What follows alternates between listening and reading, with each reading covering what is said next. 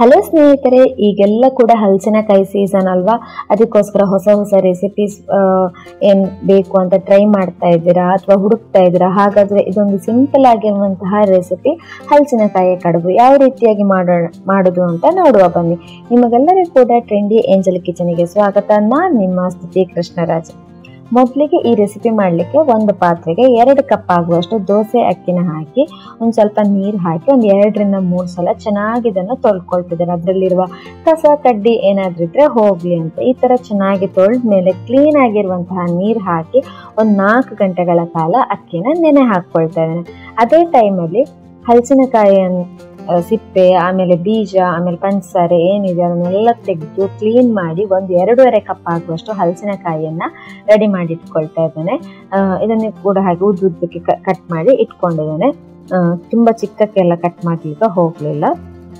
ಈ ತರ 4 ಗಂಟೆ ನೆನೆ ಹಾಕಿದ ಮೇಲೆ ಎಲ್ಲ ಕೂಡ ನೀರನ್ನು ತೆಗೆದು ಒಂದು ಮಿಕ್ಸರ್ ಜಾರಿಗೆ ಸ್ವಲ್ಪ ಹಾಕೊಳ್ಬೇಕು. ನಾನಿಲ್ಲಿ 2 ಬ್ಯಾಚ್ ಆಗಿರ್ಬೋದ್ರಿಂದ ಫಸ್ಟ್ ಬ್ಯಾಚಿಗೆ ಒಂದು ಅರ್ಧ ಅಕ್ಕಿ ಆಮೇಲೆ ಅರ್ಧ ಹಲಸಿನಕಾಯಿ ಅನ್ನು ಹಾಕೊಳ್ತಾ ಇದ್ದೇನೆ. ನಾನಿಲ್ಲಿ 2.5 ಕಪ್ ಆಗುವಷ್ಟು ಹಲಸಿನಕಾಯಿಯನ್ನು ತಗೊಂಡಿದ್ದೇನೆ ಅಂತ ಹೇಳಿದ್ರೆ ಅದರಲ್ಲಿ ಒಂದು 1.5 ಕಪ್ ಆಗುವಷ್ಟು ಹಲಸಿನಕಾಯಿಯನ್ನ ಇದಕ್ಕೆ ಹಾಕೊಂಡಿದ್ದೇನೆ. ಆಮೇಲೆ ರುಚಿಗೆ ತಕ್ಕಷ್ಟು ಉಪ್ಪು, ಆಮೇಲೆ ಒಂದು ಸ್ವಲ್ಪ ಕರಿಬೇವು ಕೂಡ ಹಾಗೆ ನಿಮಗೆ ಜಾಸ್ತಿ ಫ್ಲೇವರ್ ಬೇಕು ಅಂತ ಅಂದ್ರೆ ಸ್ವಲ್ಪ ಜಾಸ್ತಿ ಕೂಡ ಹಾಕ್ಬೋದು. ನಾನಿಲ್ಲಿ ಒಂದು 15 ಎಲೆ ಆಗುವಷ್ಟು ಹಾಕೊಂಡಿದ್ದೇನೆ. ಇನ್ನು ಸ್ವಲ್ಪ ಜಾಸ್ತಿ ಬೇಕಾದ್ರೂ ಕೂಡ ಹಾಕೊಳ್ಬೋದು. ಆಮೇಲೆ ಹಸಿಮೆಣಸಿನಕಾಯಿ ಕೂಡ ಹಾಕೊಳ್ಬೋದು ರುಬ್ಬುವಾಗ, ಬಟ್ ನಾನಿಲ್ಲಿ ಹಾಕೊಂಡಿಲ್ಲ. ಆಮೇಲೆ 1/4 ಕಪ್ ಆಗುವಷ್ಟು ನೀರು ಹಾಕಿ ಇದನ್ನು ರುಬ್ಕೊಳ್ಬೇಕು. ರುಬ್ಬುವಾಗ ಹಾಗೆ ತುಂಬಾ ನುಣ್ಣಗೆ ಎಲ್ಲ ರುಬ್ಕೋಬಾರ್ದು, ಸ್ವಲ್ಪ ರವೆ ಟೈಪ್ ಅಲ್ಲಿ ರುಬ್ಕೊಳ್ಬೇಕು. ಅಂದ್ರೆ ಅಕ್ಕಿ ರವೆ ಎಲ್ಲ ಬರುತ್ತಲ್ಲ ಆ ರೀತಿ ರುಬ್ಕೊಳ್ಬೇಕು. ರುಬ್ಬಿ ಆದ್ಮೇಲೆ ಎಲ್ಲವನ್ನು ಕೂಡ ಒಂದು ಪಾತ್ರೆಗೆ ಹಾಕೊಳ್ಬೇಕು. ನೆಕ್ಸ್ಟ್ ಬ್ಯಾಚ್ ಅಲ್ಲಿ ನಾನೇನಂದ್ರೆ ಉಳಿದಿರುವಂತಹ ಅಕ್ಕಿ ಆಮೇಲೆ ಹಲಸಿನಕಾಯಿ ಉಪ್ಪು ಎಲ್ಲ ಮೊದಲೇ ಹಾಕಿರೋದ್ರಿಂದ ಉಪ್ಪೆಲ್ಲ ಹಾಕೊಳ್ತಲ್ಲ ಇದಕ್ಕೆ ಅರ್ಧ ಕಪ್ ಆಗುವಷ್ಟು ತೆಂಗಿನ ತುರಿಯನ್ನು ಹಾಕಿ ಒಂದು 1/4 ಕಪ್ ಆಗುವಷ್ಟು ನೀರು ಹಾಕಿ ಇದನ್ನು ಕೂಡ ಹಾಗೆ ತರಿಯಾಗಿ ರುಬ್ಕೊಳ್ತಾ ಇದ್ದೇನೆ. ಕಡುಬಿಗೆ ಯಾವತ್ತೂ ಕೂಡ ಹಾಗೆ ನುಣ್ಣಗೆ ರುಬ್ಕೊಳ್ಬಾರ್ದು, ಅವಾಗ ಕಡುಬು ಚೆನ್ನಾಗಿ ಬರಲ್ಲ. ಈ ತರ ರವೆಯಾಗಿ ಇದನ್ನು ರುಬ್ಕೊಳ್ಬೇಕು. ಈ ತರ ರುಬ್ಕೊಂಡು ಆದ್ಮೇಲೆ ಒಂದ್ ಸ್ವಲ್ಪ ಮಿಕ್ಸಿ ತಿರುವಿ ಹಾಕಿ ಒಂದ್ ಸ್ವಲ್ಪ ಅಂದ್ರೆ 1/4 ಕಪ್ ಆಗುವಷ್ಟು ನೀರು ಹಾಕೊಂಡು ಈ ಹಿಟ್ಟಿಗೆ ಸೇರಿಸಿ ಇದನ್ನು ಚೆನ್ನಾಗಿ ಒಂದ್ಸಲ ಮಿಕ್ಸ್ ಮಾಡ್ಕೊಳ್ಬೇಕು. ನೀವು ಗ್ರೈಂಡರಲ್ಲೆಲ್ಲ ರುಬ್ಕೊಳ್ತೀರಾ ಅಂತಂದ್ರೆ ಎಲ್ಲ ಕೂಡ ಒಟ್ಟಿಗೆ ಹಾಕಿ ರುಬ್ಕೊಳ್ಬೋದು. ಬಟ್ ರುಬ್ಬಿ ಆದ್ಮೇಲೆ ಇದೆಲ್ಲ ಕೂಡ ತರಿಯಾಗಿರ್ಬೇಕು. ಹಾಗೆ ಹಿಟ್ಟು ತುಂಬಾ ದಪ್ಪ ಇರಬೇಕು, ತೆಳು ಎಲ್ಲ ಮಾಡಕ್ ಹೋಗ್ಬೇಡಿ. ದೋಸೆ ಹಿಟ್ಟಿಗಿಂತ ಕೂಡ ದಪ್ಪನೇ ಇರ್ಬೇಕು. ಅಂದ್ರೆ ಇಡ್ಲಿ ಹಿಟ್ಟು ಏನಿದೆ ಆ ಕನ್ಸಿಸ್ಟೆನ್ಸಿಲಿ ಇದ್ರೆ ಚೆನ್ನಾಗಿರುತ್ತೆ. ಆಮೇಲೆ ಒಂದು ಕ್ಲೀನ್ ಆಗಿರುವಂತಹ ಬಾಳೆ ಎಲೆನ ನಾನು ಯಾವ ರೀತಿ ವಿಡಿಯೋದಲ್ಲಿ ತೋರಿಸಿದ್ದೇನಲ್ಲ ಅದೇ ರೀತಿ ಇದನ್ನು ಬಾಡಿಸ್ಕೊಳ್ಬೇಕು. ಆವಾಗ ಇದು ಫೋಲ್ಡ್ ಮಾಡಲಿಕ್ಕೆ ತುಂಬಾನೇ ಈಸಿ ಅಂತ ಈ ಮೆಥಡ್ ಅನ್ನು ಮಾಡ್ಕೋಬೇಕು. ಇದನ್ನು ಸ್ಕಿಪ್ ಮಾಡಲೇಬಾರ್ದು.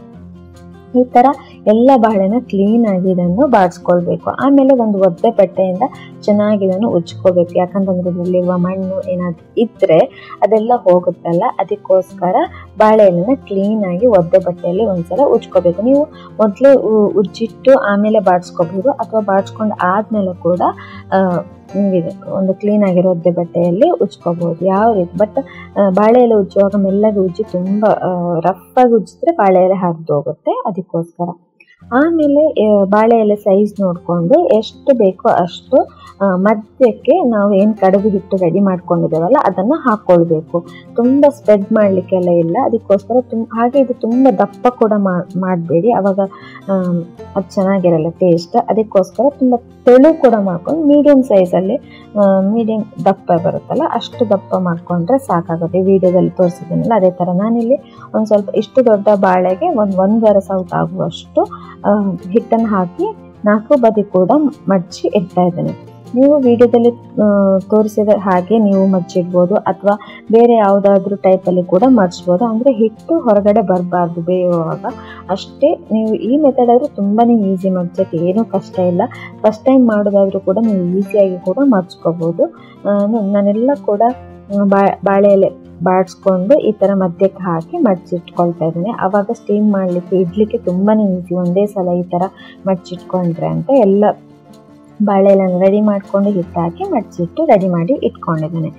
ಆಮೇಲೆ ನಾವು ಇಡ್ಲಿ ಎಲ್ಲ ಸ್ಟೀಮ್ ಮಾಡ್ತೀವಲ್ಲ ಅದೇ ರೀತಿ ಒಂದು 10 ನಿಮಿಷ ಮೊದಲೇ ನೀರನ್ನು ಕುದಿಸ್ಬಿಟ್ಟು ಆಮೇಲೆ ಇದನ್ನು ನಾವು ಏನು ಮಡ್ಚಿರ್ತೀವಿ ಬಾಳೆ ಎಲೆ ಅದನ್ನು ಒಂದೊಂದಾಗಿ ಇಡ್ತಾ ಬಂದರೆ ಆಯ್ತು. ನಿಮಗೆ ಬಾಳೆ ಎಲೆ ಸಿಗಲಿಲ್ಲ ಅಂತಂದರೆ ನೀವು ಬಟರ್ ಪೇಪರ್ ಯೂಸ್ ಮಾಡ್ಕೋಬಹುದು, ಅಥವಾ ಇಡ್ಲಿನ ನೀವು ಯಾವ ರೀತಿ ಮಾಡ್ತೀರಾ ಅಂದರೆ ಇಡ್ಲಿ ತಟ್ಟೆ ಎಲ್ಲ ಬರುತ್ತಲ್ಲ ಅದೇ ರೀತಿ ಕೂಡ ಇದನ್ನು ಮಾಡ್ಕೋಬಹುದು, ಬಟ್ ಬೇರೆ ಶೇಪಲ್ಲಿರುತ್ತೆ ಅಂತ ಅಷ್ಟೇ.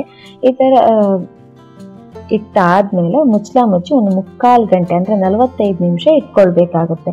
ಆವಾಗ ಇದು ಆಗಿದೆ ಅಂತ ಅರ್ಥ. ಆವಾಗಲೇ ಓಪನ್ ಮಾಡಿಬಿಡಿ, ಒಂದು 1/4 ಗಂಟೆ ಅರ್ಧ ಗಂಟೆ ಬಿಡಿ. ಯಾಕಂತಂದರೆ ಇದು ತುಂಬಾ ಬಿಸಿಯಾಗಿರುತ್ತೆ. ಆವಾಗ ನೀವು ಓಪನ್ ಮಾಡಿದ್ರೆ ನಿಮ್ಮ ಕೈ ಎಲ್ಲ ಬಿಸಿ ಆಗುತ್ತಲ್ಲ, ಅದಕ್ಕೋಸ್ಕರ ಒಂದು 1/4 ಗಂಟೆ 20 ನಿಮಿಷ ಬಿಡಿ.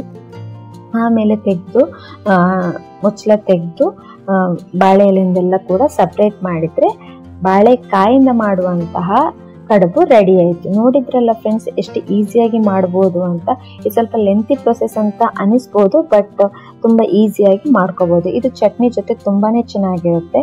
ನೀವು ಕೂಡ ಮನೆಯಲ್ಲಿ ಟ್ರೈ ಮಾಡಿ ನನಗೆ ಕಮೆಂಟ್ ಮೂಲಕ ನಿಮ್ಮ ಅಭಿಪ್ರಾಯವನ್ನು ತಿಳಿಸಿ.